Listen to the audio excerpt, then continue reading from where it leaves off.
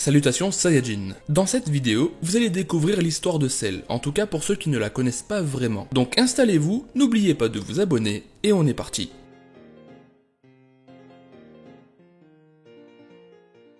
Les origines de sa création. Lorsque Toriyama Sensei travaillait sur cet arc, il a eu énormément de difficultés à créer les ennemis adéquats pour cette saga. Son éditeur de l'époque, Torishima, n'était pas du tout intéressé par C-19 et C-20, qu'il jugeait trop gros et trop vieux. Et c'est suite à cet aveu que Toriyama était contraint de changer ses plans et de créer de nouveaux cyborgs, donc C-17 et C-18, qui finalement n'ont pas suffi à convaincre Torishima. Et pour cause, ils ont un look d'adolescent fragile. Ouais, ça ne rigole pas pour Toriyama. C'est à la suite de ces refus que Toriyama décide de créer Cell, en espérant que celui-ci convaincra au moins Torishima. Il commençait à se rapprocher du but. Cell a plu, mais n'a pas été suffisant non plus, et cette fois-ci, Torishima a demandé à Toriyama si Cell pouvait se transformer afin de le rendre plus intéressant. Car oui, à la base, Toriyama ne comptait pas faire évoluer Cell avec C-17 et C-18, et donc le premier Cell, donc la forme imparfaite, elle était censée être la seule et l'unique. C'est de là qu'est née l'idée de faire évoluer Cell avec l'absorption de C-17 et de C-18, qui sont la principale mission du nouveau monstre. Petite anecdote supplémentaire, mais Torishima n'aimait pas du tout l'apparence de Cell en deuxième forme, sachant qu'à l'inverse, Toriyama l'adorait et voulait qu'il ait un rôle plus important sous cette forme. Ouais, vous l'avez compris, il y avait pas mal de désaccords pour cet arc. Son histoire. Cell est un être génétiquement modifié et formé grâce aux cellules de Goku, de Vegeta, de Piccolo, de Freezer et de son père le Roi Cole, qui ont été collectés par un micro-robot espion. A noter qu'il n'a pas été directement créé par le Dr Gero mais par son ordinateur, car le savant fou avait abandonné le projet. Situé sous le laboratoire principal, son incubateur a survécu à la destruction de celui-ci par C-17 et C-18 dans le futur de Mirai Trunks, laissant Cell avoir le temps pour se développer. Ce n'est qu'une fois arrivé à maturité, donc 15 ans après l'arrivée des cyborgs dans le futur, il découvre que C-17 et C-18 ont été détruits par Trunks. Il élimine alors ce dernier pour lui voler sa time machine afin de voyager dans le temps. Bien évidemment, son objectif premier est d'aller absorber C-17 et C-18 pour obtenir sa forme parfaite, celui qui lui permettra de devenir inéluctable. Mais pour ce faire, il doit régresser au stade de larve car la time machine est trop étroite pour lui, d'où le pourquoi du comment il se terre pendant 3 ans afin d'achever sa croissance. Un beau jour, un fermier contacte l'entreprise de Bulma pour obtenir des renseignements concernant une machine bizarre qu'il a découvert dans la montagne. Après avoir pris une photo et après l'avoir envoyée à Bulma, celle-ci confirme qu'il s'agit bien de la time machine de Trunks et que celle-ci est bien amochée. Trunks, Gohan et Bulma s'y rendent et découvrent également un œuf assez étrange et un genre de chrysalide de grande taille à côté de la time machine. Pendant ce temps-là, Piccolo qui vient de fusionner avec Kami-sama traque Cell et le retrouve après un massacre causé dans une ville. Piccolo engage le combat et prend largement le dessus sur Cell. Il ira même jusqu'à se laisser attraper par celui-ci pour se laisser affaiblir le temps d'une seconde afin de soutirer des informations à son sujet. Il apprend que Cell vient du futur et qu'il a éliminé Trunks pour lui voler sa time machine. Cell lui informe également de tout ce que je vous ai dit à propos de sa conception, l'ordinateur du Dr Gero, sa principale mission avec l'absorption de C-17 et de C-18, mais Piccolo découvre également que Cell est capable de reproduire des attaques semblables à celles de ses amis et qu'il est capable d'effectuer un Kamehameha avec la même pose que Goku. Trunks et Krillin débarquent sur place et découvrent que Piccolo se bat contre ce fameux monstre sorti de sa chrysalide. Après avoir remarqué que Trunks était présent, Cell prend la fuite en effectuant le Taioken, en gros la morsure du soleil. Il faut retenir de ce combat que Piccolo avait largement le dessus sur Cell. Retenez bien ça, c'est important. Après sa fuite, Cell continue à absorber d'énormes quantités de vie humaine pour augmenter sa puissance, et cela va se faire ressentir. Je vais vous épargner l'entraînement de Vegeta et Trunks et de Goku et Gohan, on va tenter de rester concentré sur l'histoire de Cell. Il parvient finalement à retrouver la trace de C-17 et de C-18 grâce à Piccolo, car celui-ci est actuellement en train de se battre contre C-17. Cell ne tarde pas à prouver sa puissance acquise grâce aux vies humaines ôtées dans le but de le rendre encore plus puissant. Souvenez-vous, lors de son premier combat contre Cell, Piccolo avait le dessus, jusqu'à même se laisser attraper et drainer une partie de son énergie. Et bien là, il se fait complètement rétamer par Cell qui a gagné en puissance depuis leur dernière rencontre. Seul C-16 parvient à ralentir le monstre qui, d'après ses calculs, serait de même puissance que lui. Mais malgré ses efforts, Cell évolue trop vite, et ce, grâce aux cellules Saiyan qui parcourent son corps. Il réussit à absorber C-17 à cause de son arrogance, lui permettant d'évoluer au deuxième stade de sa transformation, Cell deuxième forme qui a une apparence plus humaine. C'est sous cette forme que Cell devient quasi intouchable. Il endommage fortement C-16 avec qui il faisait force égale juste avant. Maintenant que vous avez compris à quel point Cell est devenu surpuissant, il est intéressant de savoir s'il a réussi à finaliser sa mutation.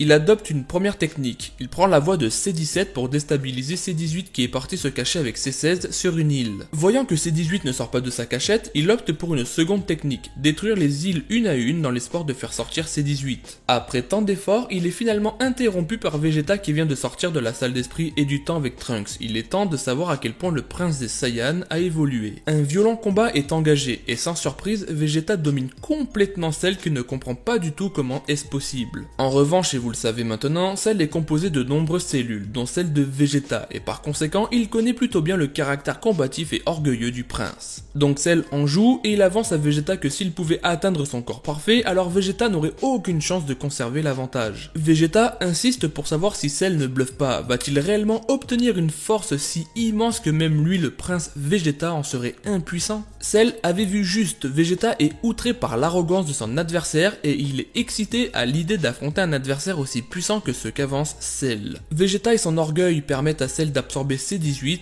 et ce malgré la tentative d'intervention de la part de Mirai Trunks qui sera frappé par Vegeta. Et là c'est intéressant à savoir, mais Mirai Trunks est déjà bien plus puissant que Vegeta et la raison pour laquelle il n'a pas contré Vegeta c'est uniquement pour ne pas le blesser dans son orgueil. N'ayant pas la force de rivaliser avec Cell en deuxième forme, C-18 se fait absorber, ainsi le monstre Cell obtient sa forme parfaite. En obtenant sa dernière forme, Cell n'a plus le même air arrogant qu'il avait en deuxième forme, mais il adopte un air plus confiant de ses nouveaux pouvoirs. Le combat avec Vegeta reprend et sans surprise, Perfect Cell reprend l'avantage, et ce simplement en s'échauffant dans le but de se tester. Vegeta est dépassé, il regrette rapidement d'avoir autorisé Cell à absorber C-18, mesurant la gravité de ce qu'il vient de faire. Quant à Cell, il l'en remercie. Voyant qu'il ne parvient pas à reprendre le dessus, Vegeta tente le tout pour le tout avec son attaque ultime, le Final Flash. Il provoque également Cell et le met au défi de pouvoir encaisser son attaque, ce à quoi Cell se prête au jeu et patiente le temps qu'il faudra. Rien qu'à ce moment-là, on découvre un Cell plus confiant de ses capacités. Pour pouvoir tanker une attaque telle que le Final Flash, il faut vraiment être certain de ses capacités. Malgré sa confiance en lui, Cell est quand même impacté par l'attaque de Vegeta puisqu'une partie de son corps a été désintégrée par cette attaque surpuissante. Si Vegeta avait visé la tête, Cell n'aurait certainement pas survécu à ce Final Flash de toute puissance. Cell parvient à se régénérer grâce aux cellules de Piccolo qui sont en lui également. Après cet échec, Vegeta est rapidement dépassé par la situation et se fait mettre hors d'état de nuire par Cell. Sur le point d'achever Vegeta, Mirai Trunks intervient et prend la place de Vegeta pour pouvoir affronter Cell, et là ça devient intéressant. Dans un premier temps, Mirai Trunks fait durer le combat le temps que Krillin puisse évacuer son père afin qu'il puisse libérer toute sa puissance contre Cell. Une fois Krillin et Vegeta hors de la zone de combat, Mirai Trunks ne tarde pas à dévoiler sa véritable puissance face à Cell, qui sera lui-même impressionné par sa puissance. Pour surprendre Cell, Mirai Trunks fait appel au Super Saiyajin Dai 3 Denkai, qui est une forme plus poussée du Super Saiyajin. Celle-ci consiste à gonfler ses muscles pour augmenter sa puissance aux dépens de la vitesse. Mais malgré cette puissance énorme et cette force physique colossale dont fait preuve Mirai Trunks, ça ne suffit pas à atteindre Cell. Cell confirme qu'il ne fait aucun doute que la puissance de Mirai Trunks dépasse la sienne, mais que malgré tout cela, ce ne sera pas suffisant pour le vaincre. Que tout le monde peut se transformer pour augmenter sa force physique, mais que cela ne mène à rien et que c'est stupide d'en venir jusque-là. Mirai Trunks comprend alors son erreur et constate qu'il ne pourra rien faire face à Cell, suite à quoi il se laisse à la merci du monstre. Alors que Cell s'apprête à l'achever, il lui demande comment ont-ils pu progresser aussi rapidement. Mirai Trunks reste sans réponse, mais Cell demande alors que fait Son Goku. Goku est en train de s'entraîner pour te démolir, il viendra t'affronter demain. Il réussira là où on a tous échoué, j'en suis certain,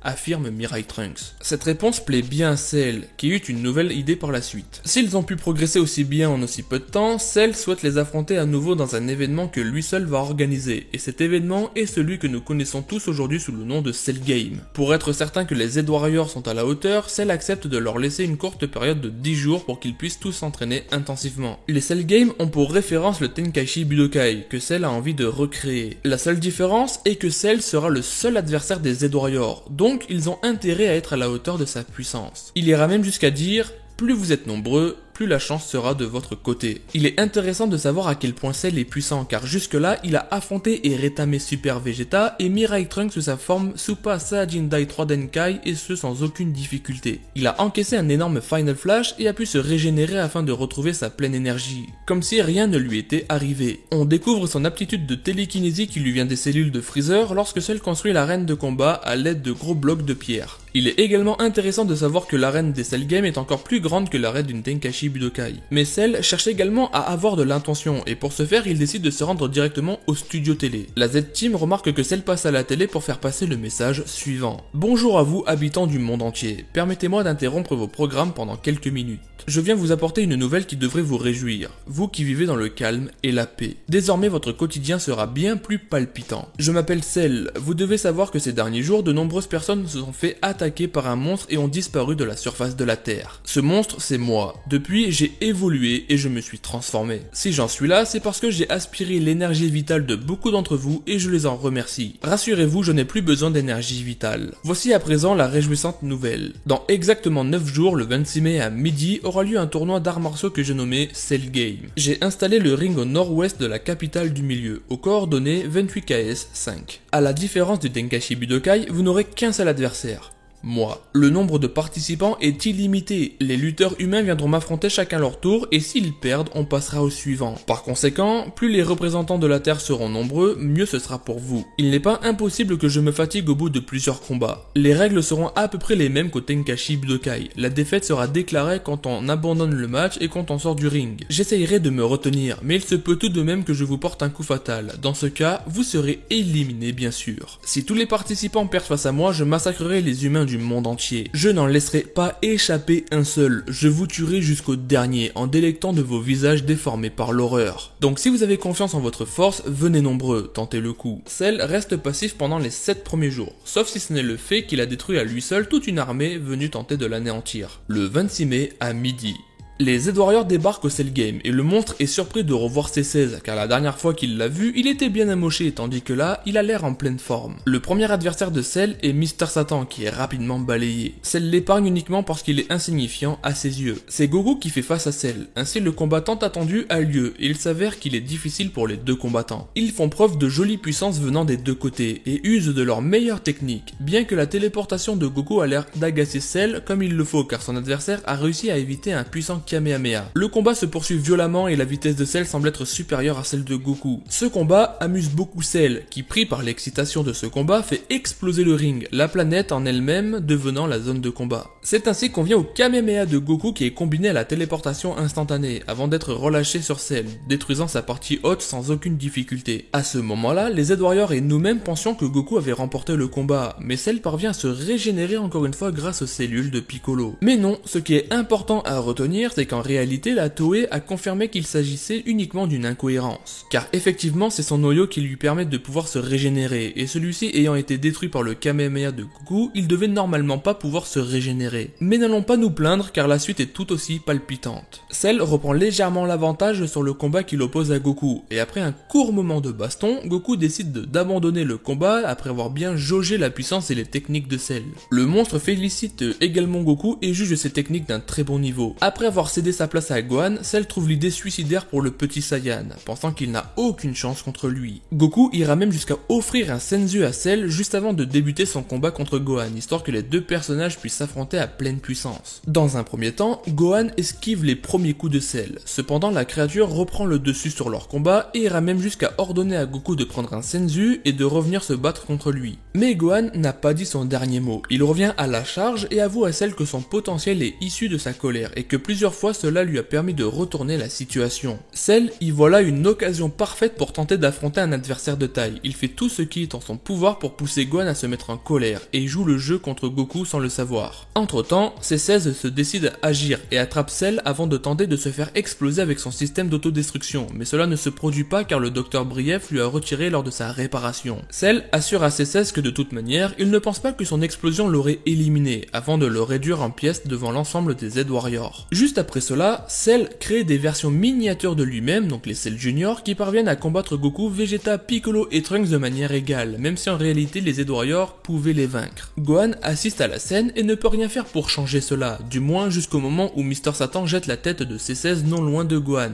car celui-ci souhaite échanger quelques mots avec le petit Saiyan. Chose faite, C16 conseille à Gohan de se laisser aller et que ce n'est pas un crime de se battre pour une cause juste et que parfois le dialogue n'arrange pas tout. Ses derniers mots seront « S'il te plaît, protège la nature et les animaux, ils étaient si chers à mon cœur ». Cell achève C16 en lui écrasant la tête sous les yeux impuissants de Gohan qui à la suite de cet acte monstrueux laisse sa colère l'envahir comme lui avait conseillé C16. C'est ainsi que nous découvrons pour la première fois dans le manga le stade du Super Saiyan 2 après avoir vu et découvert les stades intermédiaires comme ceux de Vegeta et Trunks. La différence de puissance est tellement colossale que Cell lui-même en est choqué, lui qui se jouait des Z-Warriors et qui était si sûr de lui. Le jeune Saiyan n'a aucun mal à détruire les Cell Junior sans aucune retenue avant de retourner voir Cell afin d'en découdre avec lui. Le monstre réalise alors le danger qu'est devenu Gohan car en effet celui-ci met Cell à terre en seulement 3 coups. Ne voulant pas le croire, Cell exerce un immense Kamehameha qui est contré puis retourné contre lui-même par Gohan grâce à une attaque similaire mais d'un tout autre niveau de puissance. Cell survit mais est fortement atteint par cette vague déferlante car il s'est vu perdre ses 2 jambes et son bras gauche. Cell se régénère, mais il est pris de panique. Ainsi, il adopte la même forme que Trunks lors de leur combat, une forme massive qui augmente la puissance aux dépens de la vitesse. Ainsi, Gohan lui inflige un coup si puissant que Cell se voit forcé de recracher ses 18 avant de retrouver sa deuxième forme. Sa puissance a drastiquement diminué, et ainsi Vegeta, Trunks, Goku et même Piccolo pourraient s'en débarrasser. Mais c'est sans compter sur la fourberie de Cell, qui refuse tellement de perdre contre Gohan qui choisit de détruire la Terre afin d'emporter les Z-Warriors et l'ensemble des habitants. Grâce à Goku, le pire est évité car celui-ci se téléporte avec Cell sur la planète Kaio pour qu'il puisse exploser sans emporter la Terre avec lui. Bien que Goku, Kaio, Bubble et Gregory aient été éliminés par l'explosion de Cell, la créature, elle, n'a pas été éliminée par sa propre autodestruction.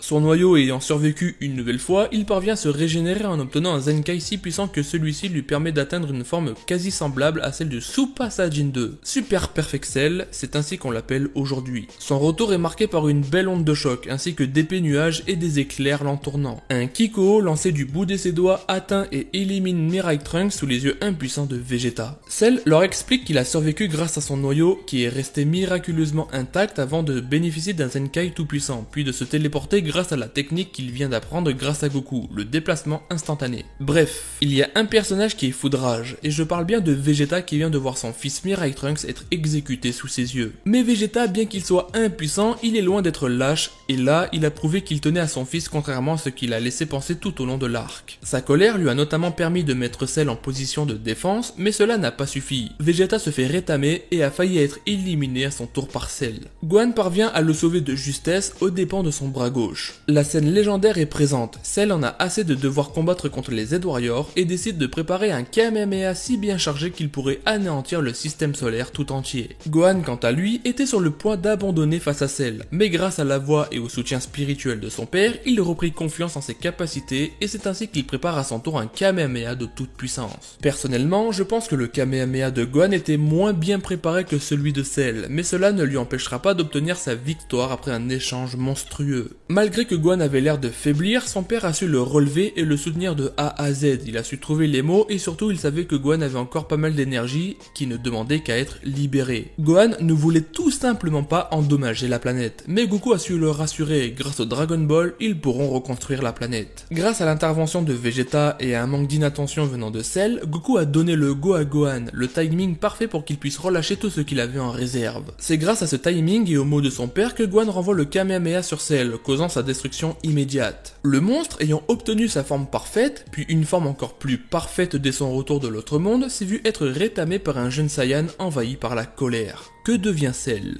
Certaines Cells sont uniquement réservées à l'anime, où l'on peut voir Cell et Freezer semer la terreur en enfer. Cell sera vaincu par Paikohan en seulement 2 coups, même si je pense que sa puissance est vraiment bridée à cause de l'enfer. Il apparaît également dans une autre scène réservée uniquement à l'anime, c'est lors de la saga Buu. Cell observe le combat de Goku contre Majin Buu originel, aux côtés de Freezer, du Roi Cole, de Babidi, du Dr Gero et de Ginyu. Il apparaît également dans Dragon Ball Super, peu après la défaite de Zamasu. Goku et Krillin sont envoyés dans une forêt étrange par Kame Sennin pour retrouver l'herbe du paradis. Dans cette forêt, ils sont confrontés à une majeure partie de leurs anciens ennemis, dont Cell et d'autres personnages. Bien évidemment, ce ne sont que des illusions. Dans Dragon Ball GT, Cell fait équipe avec Freezer dans le but de tuer Goku, mais ils n'y parviennent pas car Goku est bien trop fort pour eux. Cependant, et grâce à l'énergie de l'enfer, ils ne peuvent pas mourir. Cell réussit tout de même à absorber Goku grâce à sa queue, mais ce n'est qu'une courte victoire, car Goku s'extire de son corps juste après. Ayant compris que Goku est trop fort pour eux, Freezer essaie Cell exercent une attaque commune, le Hellbuster, et celle-ci envoie Goku dans la zone la plus profonde de l'enfer. Bien qu'ils aient réussi leur coup et que Goku soit emprisonné dans la glace, ils s'en libèrent avant de geler Cell et Freezer à leur tour. Une fois gelés, Goku les brise accidentellement. Ils se régénèrent par la suite mais seront tous les deux arrêtés et neutralisés par les ogres. Conclusion. Pour conclure cette vidéo, je pense que Cell est vraiment un des ennemis les plus charismatiques de Dragon Ball, avec une histoire plutôt bien pensée malgré les désaccords entre Toriyama et Torishima. D'un côté, je pense que l'éditeur a bien fait de pousser Toriyama à aller plus loin dans ses idées. Je me demande si sans les conditions de Torishima, nous aurions eu droit à la transformation du Super Saiyajin 2. Et voilà les amis, c'est la fin de cette longue vidéo au sujet de Cell, j'espère très sincèrement qu'elle vous a plu, en tout cas moi j'ai adoré vous la préparer. Si vous avez kiffé cette vidéo, l'abonnement et le like sont gratuits, n'hésitez pas à commenter pour me donner un autre personnage à traiter, les Saiyajin. On se retrouve la semaine prochaine pour une nouvelle vidéo, prenez soin de vous, que le ki vous guide mes potos, ciao.